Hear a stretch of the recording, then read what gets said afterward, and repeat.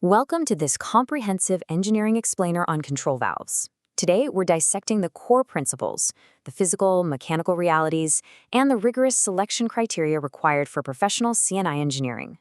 Now, given the sheer technical density of the fluid dynamics, actuation mechanics, and sizing parameters we're going to cover, I highly recommend keeping your subtitles active for this one. We are going to break down exactly how these vital components are engineered, specified, and deployed in high-stakes process environments. Let's get right into it. Here is our roadmap for today. We'll be moving through 6 key areas: anatomy and actuation systems, fluid dynamics and sizing, flow characteristics and direction, pneumatics and fail-safe philosophies, datasheet review and testing, and finally, we'll tie it all together with a practical engineering workflow. Section 1. Anatomy and Actuation Systems. Look, a control valve is not just some basic pipe restriction. It is the final control element. We're talking about a device capable of precisely modulating flow at varying degrees, anywhere between minimal flow and full capacity, in direct response to a signal from an external control device. In any complex process, your control loop relies entirely on this single element to physically execute the work. If your control valve fails, or if it's simply sized incorrectly, your entire control philosophy collapses. Why? Because this is the piece of equipment that directly touches and manipulates the process. When you look at the complete mechanical assembly, a control valve is broadly comprised of 2 major halves. You have the actuator up at the top and the valve body down at the bottom. The actuator's job is to translate your control signal into physical motion, driving the valve stem. That stem connects directly to the trim inside the body. Now, the trim includes the internal parts actually in flowing contact with the fluid. Specifically, we're looking at the plug, the seat ring, the cage, and the stem.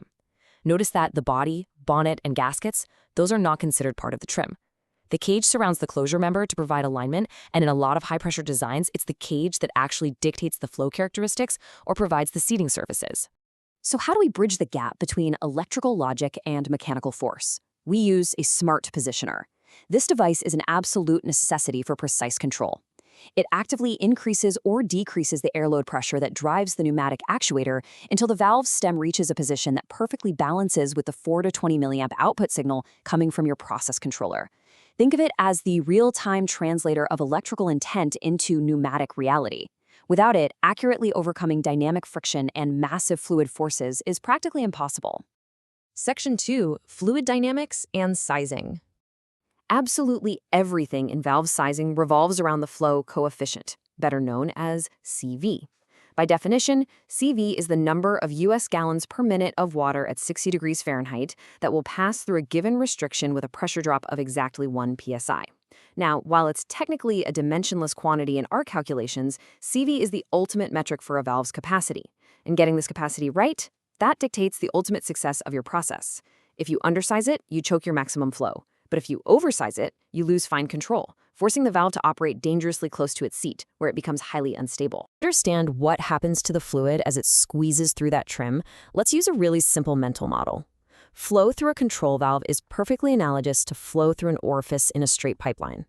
Just imagine a wide pipe suddenly necking down to a tiny hole and then opening right back up again. That creates a severe restriction, and it fundamentally alters the physical properties of the fluid trying to squeeze through. Now, there is a totally critical concept here called the vena contracta. When fluid passes through that restriction, it doesn't just instantly fill the space on the other side.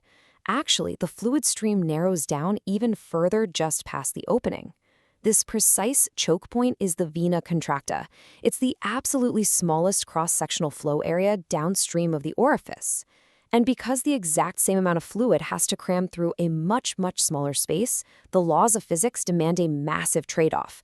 The fluid's velocity skyrockets to its maximum, and in response, the fluid's pressure completely bottoms out. Let's walk through this whole journey step by step. Step 1, the fluid is forced through the valve orifice. Step 2, as it hits that tiny vena contracta, velocity surges and pressure plummets. Then, step 3, as the fluid moves further downstream and the pipe opens back up, the fluid naturally slows down. Its velocity decreases, and because of that, the pressure bounces back. We call this final step pressure recovery. It sounds like a super smooth, natural process, right?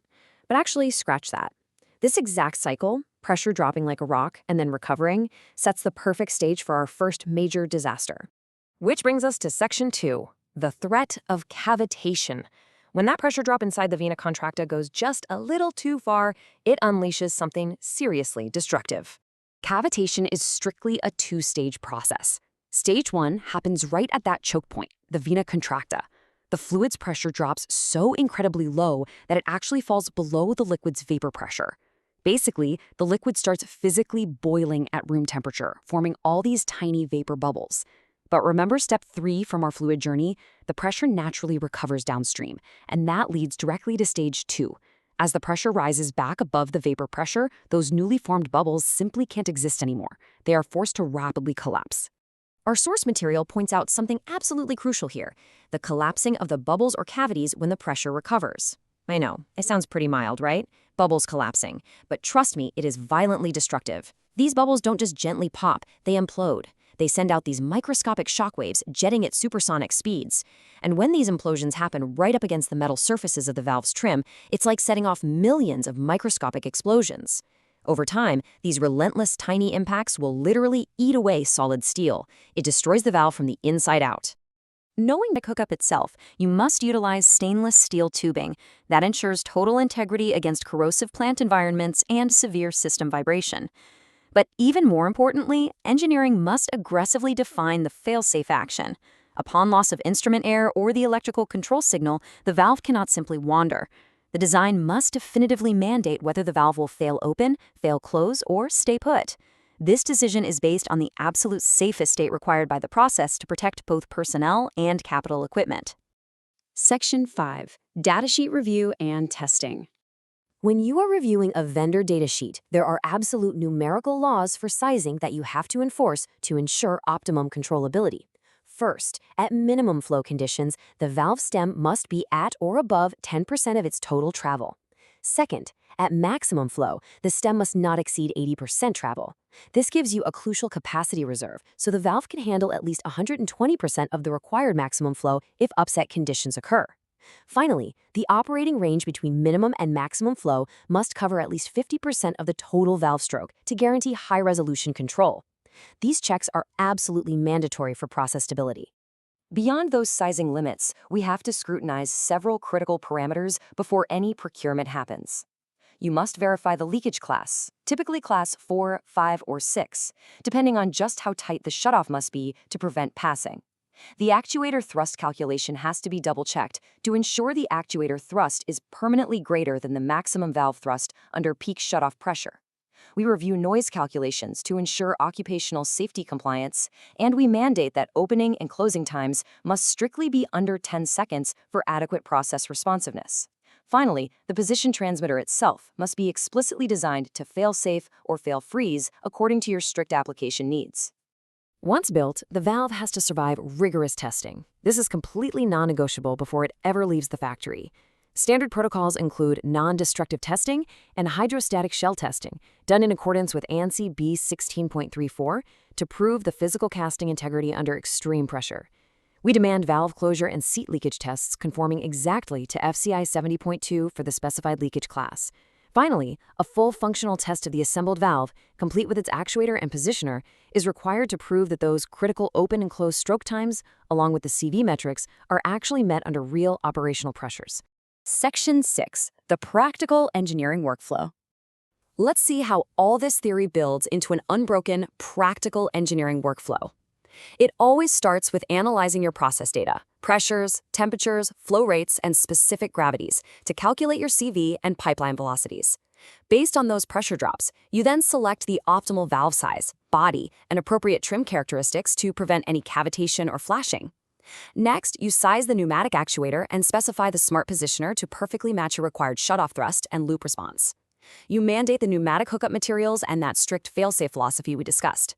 You then force the vendor to prove their engineering through rigorous factory acceptance testing. Finally, the unit is deployed and commissioned in the plant.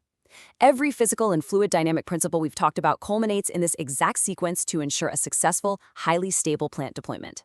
How this very well explained to you the concept. Thank you for your time.